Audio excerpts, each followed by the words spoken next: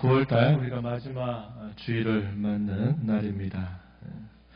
아침부터 선선한 바람이 부는 가을이 더 느껴지는 아침인 것 같아요.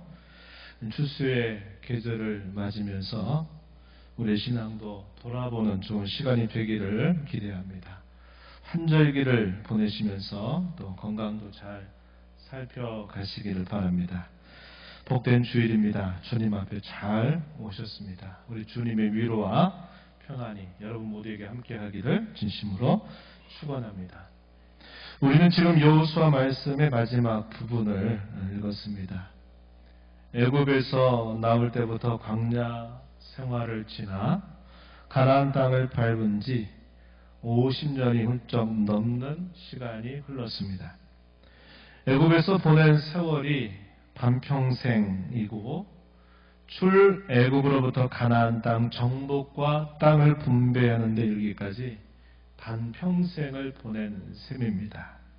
누구 이야기입니까? 여호수아 이야기입니다. 이제 나이가 들어 떠날 날을 준비한 이 여호수아는 이스라엘 자손들에게 유언적인 설교를 하고 세겜에서 언약을 갱신하며 110살의 열기로 세상을 떠나게 됩니다.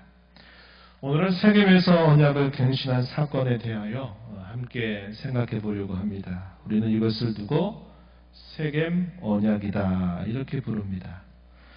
언약은 성경을 이해하는 핵심적인 말입니다. 쉽게 설명을 좀 드리면 언약의 두 당사자를 서로 묶는 것, 그것을 우리가 언약이다 이렇게 생각할 수 있어요. 성경에서 가르치는 언약은 하나님께서 자기 백성들을 피로 묶었다라는 것입니다. 구약시대에는 희생의 제물의 피를 통해서 신약시대로 오게 되면 그리스도의 피를 통해서 하나님이 자기 백성들을 묶으셨다라고 말하는 것이 성경이 우리에게 가르쳐주는 언약입니다. 이 언약은 생명과도 같은 언약이에요. 피로 세운 언약이기 때문에 그렇죠. 절대로 끊어지지 않는다 하는 말입니다. 그래서 이 언약에 대해서 오늘 우리가 함께 생각해 보면서 오늘도 성령께서 저와 여러분에게 주시는 은혜, 또 저와 여러분에게 주시는 또 기대하심 함께 생각하며 또 하나님의 말씀을 듣는 시간이 되기를 바랍니다. 여호수아가 나이가 들어 세상을 떠날 날을 얼마 남겨두지 않게 되자 세겜에 이스라엘 모든 지파를 소집합니다. 24장 1절 보면 여호수아가 이스라엘 모든 지파를 세겜에 모으고 이스라엘 장로들과 그들의 수령들과 재판장들과 관리들을 부르매 그들이 하나님 앞에 나와 선지라. 세겜은 특별한 장소입니다. 족장 시대 때부터 이곳은 특별한 경험이 있는 장소예요. 처음 족장이었던 아브라함이 하나님의 말씀을 따라서 가나안 땅에 처음 도착하고 난 다음에 여호와를 위해서 제단을 쌓았던 곳, 이곳이 바로 세겜이었습니다. 그리고 야곱 족장은 여러 많은 삶의 우여곡절을 겪으면서 이제 자신의 과거의 삶을 청산하기 위해서 여전히 버리지 못했던 우상들을 묻어버린 곳이 또한 이 세겜이기도 했습니다. 여호수아 시대에 이르게 되면 가나안의 첫 전투, 이 전쟁에서 승리하고 난 다음에 에발산과 그리심산 사이에 위치하고 있는 이 지역, 이것이 역시 또한 세겜이 된다 하는 겁니다. 그래서 이 이스라엘 백성들이 이 가나안 땅을 처음 점령하고 난 다음에 이곳에서 언약적인 중요한 의식을 거행하게 됩니다. 이 내용이 어디 소개되느냐? 여호수아서 8장 30절 말씀에 가서 보면 이렇게 말합니다. 그때 여호수아가 이스라엘 하나님 여호와를 위하여 에발산에 한 제단을 쌓았으니 이렇게 표현되어 있고 33절 가서 보면 이렇게 말합니다. 온 이스라엘과 그 장로들과 관리들과 재판장들과 본토인뿐 아니라 이방인까지 여호와의 언약궤를 맨 레위 사람 제사장들 앞에서 궤 좌우에 서되 절반은 거리심산 앞에 절반은 에발산 앞에 섰으니 이는 전에 여호와의 종 모세가 이스라엘 백성에게 축복하라고 명령한 대로 함이라. 옛적에 모세를 통해서 이미도 주어졌던 명령이었습니다. 그 명령이 뭐냐면 가나안 땅에 들어가서 그리심산과 에발산 앞에 반반씩을 세우고 그 앞에서 여호와의 율법을 낭독하라는 겁니다. 그리고 낭독할 때 그 낭독이 떨어지면서 거기 있는 모든 백성들이 아멘으로 응답해라 하는 명령이 주어져 있었던 것이죠. 축복의 말씀은 어디에 있는 사람들에게서 낭독이 되었느냐? 거리심산에 있는 사람들에게서 낭독이 되면 아멘으로 화답했고 그 언약의 말씀을 어기게 될 때 임하게 될 저주에 대하여 낭독했던 곳은 에발산 앞이었습니다. 역시 그것이 낭독이 될 때 이스라엘 자손들은 아멘으로 화답하라 하는 명령이 이미 주어져 있었던 것입니다. 그래서 여호수아가 이곳에 이르러서 했던 것은 이미 자신의 앞선 모세를 통해서 주셨던 그 말씀을 따라서 그대로 수행하는 일이었어요. 대단히 중요한 언약적인 의식이었다 한 것입니다. 여호수아는 소립한 이스라엘 백성들에게 언약의 주이신 하나님께서 과거에서부터 당시까지 행하신 어떤 모든 일들을 상기시켜 줍니다. 그 내용이 어디에 소개가 되냐면 24장 2절부터 길게 13절까지 소개가 됩니다. 그 내용을 간단하게 정리해보면 이런 내용들이에요. 2절에 보면요, 어떤 말씀이냐면 과거에 그들은 다른 신들을 섬겼었다라는 사실을 상기시켜줍니다. 데라가 강 저쪽에 거주하여 다른 신들을 섬겼다 이렇게 말합니다. 시작으로 거슬러 올라가게 되면 이 아브라함의 아버지 이 데라가 살던 그때까지만 해도 우상을 섬기는 그러한 조상이었다는 사실을 알려주고 있다는 것입니다. 그리고 3절로부터 13절까지의 내용은 하나님이 아브라함을 불러서 이 아브라함으로 하여금 자신들의 고향 땅을 뒤로 하고 하나님이 가라 하신 땅으로 옮겨가게 돼서 그가 도착했던 땅이 바로 이 가나안 땅이었다는 사실을 상기시키는 겁니다. 이런 모든 일들을 누가 하셨느냐? 여호와께서 하셨다 하면서 그 주체가 바로 하나님 자신임을 거듭 강조해서 설명을 해주고 있습니다.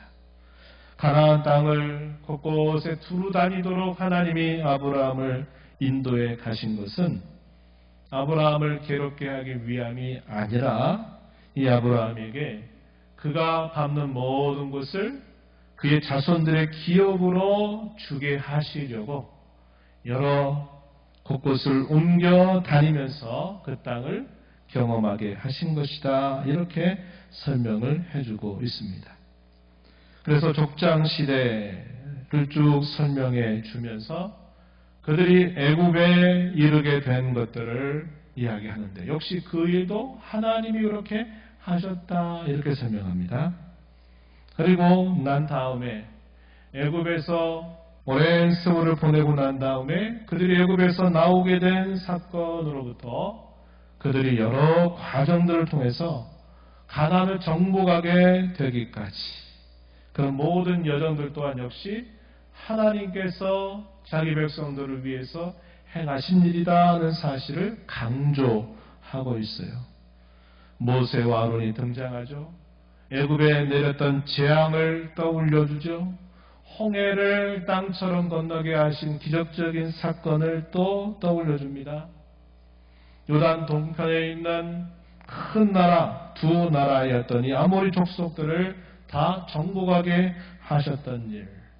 요단강을 건너고 나서 요단강 서편에 있는 가나안의 모든 족속들을 정복하게 하셔서 그 땅을 기업으로 주신 이 모든 일들, 이것은 하나님께서 해주신 일이다 하는 사실을 그들에게 밝히 들려주고 있다 한 것입니다. 하나님이 행하신 일들을 소개하면서 선명하게 여호수아가 그들에게 드러내고 있는 사실이 있어요. 그 내용을 두 가지로 요약할 수 있을 것 같습니다. 하나가 뭐냐면 그 모든 일 속에 하나님의 은혜가 빛나고 있다는 거예요. 하나님의 은혜가 자기 백성들 앞에서 밝게 빛나고 있다고 하는 사실을 그들에게 알려주는 것입니다. 여호수아서 24장 2절 3절 말씀 여러분 한번 잠시 보시면 이렇게 말합니다. 여호수아가 모든 백성에게 이르되 이스라엘 하나님 여호와께서 이같이 말씀하시기를 옛적에 너희의 조상들 곧 아브라함의 아버지 나홀의 아버지 데라가 강 저쪽에 거주하여 다른 신들을 섬겼으나 내가 너희의 조상 아브라함을 강 저쪽에서 이끌어내어 가나안 온 땅에 두루 행하게 하였다. 이렇게 말씀을 하고 있습니다. 히브리인이라고 하는 이 히브리라고 하는 이 말이 여기로부터 나왔어요. 강 건너편에 있다. 이 말은 강 건너온 사람들이란 말을 뜻하는 것이 이 히브리라고 하는 말의 근원입니다. 강 저편에 있을 때 우상을 섬겼던 그러한 조상이었음에도 하나님이 그 우상 숭배에 대한 죄를 벌하신 게 아니라 그들을 강 건너편 이곳으로 오게 하셔서 가나안 땅을 차지하게 해주셨다는 사실을 말해줍니다. 여호수아서 24장 13절 가서 보면 또 이렇게 여호수아가 말합니다. 한번 보시면 내가 또 너희가 수고하지 아니한 땅과 너희가 건설하지 아니한 성읍들을 너희에게 주었더니 이렇게 표현하죠. 수고하지 아니한 땅, 건설하지 아니한 성읍들을 너희에게 주었다. 뭘 말하는 표현일까요? 가나안에 있는 사람들, 가나안에 살고 있었던 사람들, 그들이 소유하고 있었던 땅, 그들이 건설했던 성읍들, 그들이 아무런 수고도 없이 그 가나안에 있는 그런 땅도 소유하게 되고 성읍들도 그들이 얻게 되었다 하는 겁니다. 수고하지 않았는데 그것을 소유하도록 하나님이 해주셨다. 이렇게 말하는 겁니다. 요약을 하자면 심판의 대상을 구원의 대상으로 삼아 주셨다는 것, 그들이 수고하지도 않은 땅을 기업으로 얻어 차지하게 하셨다고 하는 사실을 여호수아는 이스라엘 백성들에게 들려주고 있는 겁니다. 또 하나가 뭐냐면 하나님은 언제나 그가 하신 약속에 신실하셨다고 하는 사실을 분명하게 드러내고 있다고 하는 사실입니다. 이 내용은 여호수아서 23장 3절 말씀 한번 보시면 이렇게 소개했습니다. 너희 하나님 여호와께서 너희를 위하여 이 모든 나라에 행하신 일을 다 너희가 보았다. 이렇게 말합니다. 너희를 위해서 이 모든 나라에 행하신 일. 그리고 14절 또 가서 23장 14절 가서 보시면 또 이렇게 말합니다. 너희 하나님 여호와께서 너희에게 대하여 말씀하신 모든 선한 말씀이 하나도 틀리지 아니하고 다 너희에게 응하여 그 중에 하나도 어김이 없음을 너희 모든 사람은 마음과 뜻으로 아는 바다. 이렇게 말합니다. 여기 강조되고 있는 표현 뭐죠? 모든 선한 말씀이 하나도 틀리지 않았다. 다 너희에게 응했다. 그 중에 하나도 어김이 없다. 이렇게 말합니다. 같은 의미를 3번씩이나 약간 표현을 바꾸어서 반복적으로 말하는 그 내용이 뭘까요? 하나님은 그분이 하신 그 약속에 신실하셨다라고 하는 사실을 그들에게 알게 해주는 것입니다. 여호수아는 세겜에 모여있는 이스라엘 백성들을 또다시 하나님 앞에서 언약을 갱신하기를 원했습니다. 왜 그럴까요? 이 말씀을 살펴보면 역시 여기서도 2가지 정도로 정리해 볼 수 있을 것 같아요. 하나는 뭐냐면 그들이 살아왔던 과거의 모습을 돌아볼 때 언약에 대하여 성실하지 못했다는 겁니다.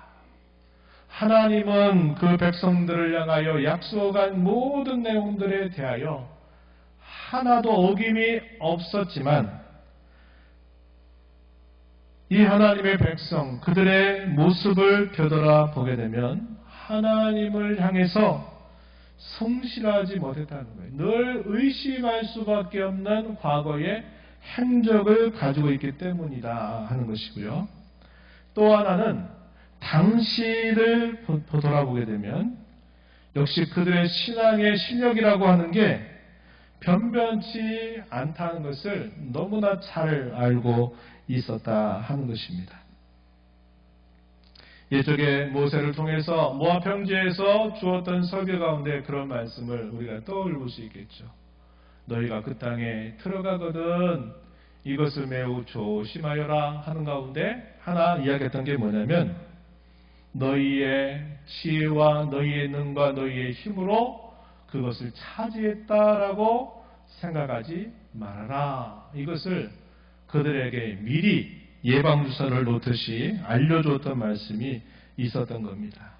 그들의 실력으로 가나안 땅을 차지한 게 아니었어요. 그것은 전적으로 하나님께서 그들을 위하여 행하신 일로 말미암아 그들이 받은 은혜이며 선물이었지 자신들의 신앙을 따라서 그것을 자신들이 얻은 것이 결코 아니었다는 겁니다.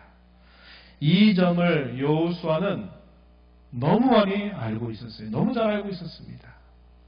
아까도 처음 말씀드렸던 것처럼 그가 반평생 동안은 애굽에서 살았고 반평생 동안은 모세와 더불어서 그 뒤를 보호자하면서 그리고 모세의 뒤를 이어서 이스라엘 자손들을 반평생 동안 쭉 인도하는 인도자로 살아오면서 그가 목도하고 경험하고 겪었던 수많은 경험들은 이 부분을 충분히 알게 해주었다 하는 것이죠. 출애굽 이후의 여정과 특히 광야 40년 생활을 되돌아보면 그 답이 너무나 선명했던 겁니다. 여호수아와 갈렙 외에 애굽에서 나왔던 그 모든 수많은 사람들은 다 광야 40년 생활 중에 다 죽음을 맞이하게 된 사실을 너무나 잘 알죠. 수명이 다해서 수완이 차서 죽은 사람도 있지만 대다수의 사람들은 하나님을 향한 끊임없는 범죄에 대한 징계로 이 광야 생활에서 엎드러지게 됐다는 것을 너무나 잘 알고 있는 것이죠. 그것뿐만 아니라 그들의 신앙의 실력이 좋아서 가나안 땅을 정복하고 분배받은 게 아니었다고 하는 것입니다. 과연 그들의 당시 신앙으로 가나안 땅에서의 앞으로의 삶을 감당할 수 있을까를 생각하면 여호수아는 잠을 이루기가 어려울 만큼 대단히 불안한 마음이 엄습했다는 겁니다. 그래서 누차 강조하고 있는 표현이 뭐냐면 이 땅에 지금 살고 있는 게 끝이 아니다는 겁니다. 이제 모든 약속이 다 이루어져서 이제 모든 게 다 끝나버린 게 아니라 이 땅에서 여기까지 인도하신 그 하나님을 알고 그 하나님을 섬기는 일을 제대로 하지 않게 된다면 이 아름다운 땅에서라도 멸절하게 되고 만다 하는 사실을 계속 경고하고 있는 것입니다. 그들이 가나안 땅을 이제 분배받았으니까 끝이 아니라 그 가나안 땅의 이방의 종교와 이방의 문화와 이방의 관습들을 그들이 다 바꾸어서 어떻게 합니까? 그 땅이 거룩한 땅이 되도록 그들은 계속 살아가야만 되는 거예요. 차지한 게 전부가 아니라 그 차지한 땅을 거룩한 땅으로, 하나님 기뻐하시는 땅으로 만들어가야 될 책임을 감당해야 되는데 그들의 신앙의 실력은 대단히 염려스러웠다 하는 것입니다. 그래서 여호수아는 다시 한번 그들이 하나님 앞에서 언약을 갱신함으로써 하나님이 그들을 묶으시고 계시는 것처럼 그들도 하나님에게 묶여 살기를 원했던 것이었습니다. 그래서 여호수아는 자신이 하나님과 이스라엘 백성 사이에서 중재자가 되어서 그들에게 계속 결단을 촉구하기 시작하는 것입니다.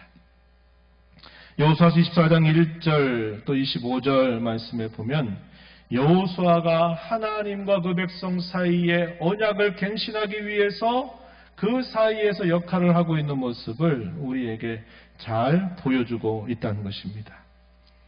그 대화의 내용이 길게 14절부터 24절까지 쭉 소개가 되는데 한번 그 표현들을 한번 살펴보시면은 14절에서 이 여호수아가 이스라엘 자손들을 향해서 이렇게 말합니다. 여호와를 경외하며 온전함과 진실함으로 섬겨야 된다. 이렇게 백성들에게 이야기를 하게 됩니다. 그러면서 또 촉구하는 말이 뭐냐면 너희가 섬길 자를 오늘 택해라. 오직 나와 내 집은 여호와를 섬기겠다. 이렇게 말을 하게 되죠. 유명한 구절입니다. 그랬더니 이스라엘 자손들이 뭐라고 대답합니까? 우리는 다른 신들을 섬기지 않을 것입니다. 다짐하죠. 16절입니다. 18절 가서도 또 다시 그들이 대답하는 말, 우리도 여호와를 섬길 것입니다. 그는 우리의 하나님이십니다. 라고 그들이 고백을 하게 됩니다. 이것으로 끝난 게 아니었어요. 여호수아가 또 묻습니다.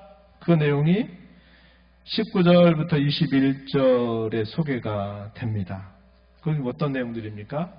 너희가 여호와 하나님을 섬기는 게 쉽지 않다. 이런 사실들을 이야기해요. 그 하나님은 질투하는 하나님이셔서 하나님을 쉽게 섬긴다고 생각하지 말아라 하는 사실들을 이야기하고 있죠. 19절 말씀. 너희가 여호와를 너에게 섬기지 못할 것은 그는 거룩하신 하나님이시여 질투하시는 하나님이시니 너희의 잘못과 죄들을 사하지 아니하실 것이다. 너희가 돌이키지 않는다면 재앙을 내리시고 너희를 멸하실 것이다 라고 다시 그 백성들에게 이야기를 합니다. 그랬더니 뭐라고 대답을 합니까? 아닙니다. 우리가 여호와를 섬기겠습니다. 또 다짐하죠. 또 한 번 여호수아가 또 그들을 물어요. 세 번을 계속 이렇게 지금 묻는데 세 번째 대화의 내용은 22절로부터 24절에 소개가 되는데 이렇게 여호수아가 또 말합니다. 너희가 그렇게 하겠다고 스스로 증인이 되었다. 여호와 하나님을 섬기겠다고 증인이 되었다. 이렇게 말을 하게 됩니다. 그랬더니 이 이스라엘 자손들이 어떻게 합니까? 예, 우리가 증인이 되었습니다. 라고 답변을 해요. 세 차례에 걸친 대화가 계속 오고 가는 겁니다. 한 번 정도 들은 것으로 만족할 수 없어요. 왜? 그 일이 결코 간단하게 넘어갈 수 있는 일이 아니라 이 일이 얼마나 중요한 일인가를 여호수아는 너무나 잘 알고 있었기 때문에 이것을 세 번씩이나 거듭 묻고 또 답변을 읽고 거듭 촉구하는 그런 내용들을 보이고 있다 하는 것입니다. 이렇게 결단을 촉구하고 응답을 들었던 여호수아는 마침내 언약을 체결하게 됩니다. 본문 25절 하반절, 26절 상반절 말씀을 보시면 이렇게 소개됩니다. 언약을 맺고 그들을 위하여 율례와 법도를 제정하였더라. 여호수아가 이 모든 말씀을 하나님의 율법책에 기록하였다. 이렇게 말합니다. 여기 율례와 법도를 제정하고 기록했다라고 하는 이 말 속에는 그들이 하나님 앞에 어떻게 하겠다라고 다짐했던 그들의 다짐이 함께 표현된 것으로 우리가 볼 수 있다는 겁니다. 그래서 이것을 하나님 앞에서 분명하게 확정을 하고 나서 언약을 체결하게 됨을 말해주고 있어요. 그리고 이어서 한 일이 뭐냐면 언약의 증표를 세우는 겁니다. 26절 하반절과 27절 말씀에 보시면 이렇게 말하죠. 큰 돌을 가져다가 거기 여호와의 성소 곁에 있는 상수리나무 아래에 세우고 모든 백성에게 이르되 보라 이 돌이 우리에게 증거가 되리니 이는 여호와께서 우리에게 하신 모든 말씀을 이 돌이 들었음이니라. 그런즉 너희가 너희 하나님을 부인하지 못하도록 이 돌이 증거가 되리라. 언약을 체결하면 그 체결한 것에 대한 증표를 갖는 겁니다. 그 증표를 보면서 그 언약이 분명히 세워졌다. 이 언약은 반드시 지켜져야 된다 하는 사실들을 확증하게 하기 위해서 이 증표를 세우는데 오늘 우리가 읽었던 말씀에 보니까 큰 돌을 가져다가 여호와의 성소 곁에 있는 상수리나무 아래에 세웠다고 말합니다. 그들이 여호와의 성소 앞으로 나올 때마다 그 큰 돌을 보면서 뭐를 생각하는 겁니까? 우리가 하나님을 섬기겠다고 3번씩이나 그렇게 다짐하고 고백했던 그 내용들을 그들이 계속 여호와의 성소 앞으로 나올 때마다 그것을 보고 그렇지 하나님과 언약을 세웠지 우리가 언약의 백성을 하나님만 섬기겠다고 작정했지 결심했지 하는 사실들을 거듭 확인하게 하셨다는 겁니다. 그래서 이러한 언약의 증표를 세웠다는 것이죠. 세겜에서 이렇게 언약을 체결한 결과가 어떻게 나타났을까요? 잘 지켰을까요? 잘 못 지켰을까요? 이에 대해서 우리가 함께 살펴볼 수 있는 중요한 구절은 31절입니다. 24장 31절 말씀. 우리 함께 이 말씀 읽어볼까요? 읽어보겠습니다. 이스라엘이 여호수아가 사는 날 동안과 여호수아 뒤에 생존한 장로들 곧 여호와께서 이스라엘을 위하여 행하신 모든 일을 아는 자들이 사는 날 동안 여호와를 섬겼더라. 아멘. 예, 이렇게 언약을 체결했던 이 결과는 잘 지켜졌다고 성경이 우리에게 가르쳐 주고 있습니다. 문제는 항상 어디에서 발생이 되느냐? 하나님은 아무런 문제가 없어요. 하나님은 자신이 내가 너희를 묶겠다고 하셨던 대로 하나님은 변함이 없어요. 항상 신실한데 문제가 어디서 발생하느냐? 항상 언약을 맺은 당사자, 상대편이 문제가 되는데 사람 편의 문제가 늘 발생하게 되는데 이렇게 여러 번의 다짐을 통해서 다짐하고 고백했던 그들은 이 언약을 따라서 하나님을 잘 섬겼다라고 말해 주는 겁니다. 그 다음 어떻게 됐을까요? 그 다음에가 이제 사사시대에 접어들면서 사사시대의 혼란기에 빠지는 것은 결국은 그 언약을 이들이 떠나고 난 다음 세대의 그 언약이 계승되지를 못했구나 하는 것을 우리에게 보여주고 있는 것입니다. 지금까지 우리가 살펴본 이 말씀의 교훈들을 우리의 삶에 몇 가지로 적용을 하면서 버릴 것은 버리고 채울 것은 채워가는 우리 모두가 되기를 바랍니다. 첫 번째는요, 하나님께서 베푸신 은혜를 늘 되새기자고 하는 것입니다. 언약은 지극히 높으신 하나님께서 비천한 우리를 찾아오시는 길입니다. 찾아오시는 하나님을 우리가 만나는 길, 이게 바로 언약입니다. 이 언약의 주도권은 우리 사람이 지고 있는 게 아니라 하나님이 지고 계십니다. 하나님께서 자기 백성과 언약을 맺으셨다라고 하는 것은 은혜일 수밖에 없어요. 특히 범죄와 타락 이후에 맺으신 모든 언약은 더욱더 큰 은혜일 수밖에 없습니다. 그래서 타락 이후에 세운 모든 이 언약을 두고 뭐라고 부르느냐? 은혜 언약이라 이렇게 부릅니다. 아브라함과 다른 족장들 또 훗날 모세를 중재자로 해서 시내 산에서 맺은 언약, 그 후에 모압 평지에서 맺은 언약, 그리고 또 시간이 흘러 오늘 우리가 살펴본 것처럼 세겜에서 맺은 이 언약도 다 은혜 언약이라고 한 겁니다. 앞에서 살폈던 것처럼 우상을 섬겼던 아브라함을 불러서 강 이편으로 이끄셔서 큰 민족을 이루고 가나안 땅을 기업으로 차지하게 하시겠다고 하는 것, 큰 기근을 피해서 애굽에서 살던 백성들을 마침내 애굽에서 나오게 하여 가나안 땅을 차지하게 하신 이 모든 과정은 이루 말할 수 없는 하나님 은혜의 연속이었습니다. 오늘 저와 여러분은 어떻습니까? 저와 여러분에게도 마찬가지입니다. 죄와 허물로 죽었던 우리, 본질상 진노의 자녀였던 우리를 그리스도의 피로 정결하게 하시고 하나님의 자녀가 되게 하시고 영생을 얻게 하셔서 영원한 하늘의 기업을 얻게 하신 것, 그뿐만 아니라 지금까지 살며 범한 수많은 범죄와 반역에도 불구하고 말할 수 없는 긍휼과 자비를 베풀어 주셔서 우리의 죄를 용서하시고 우리를 돌봐주시는 것 등등, 이 모든 것들은 다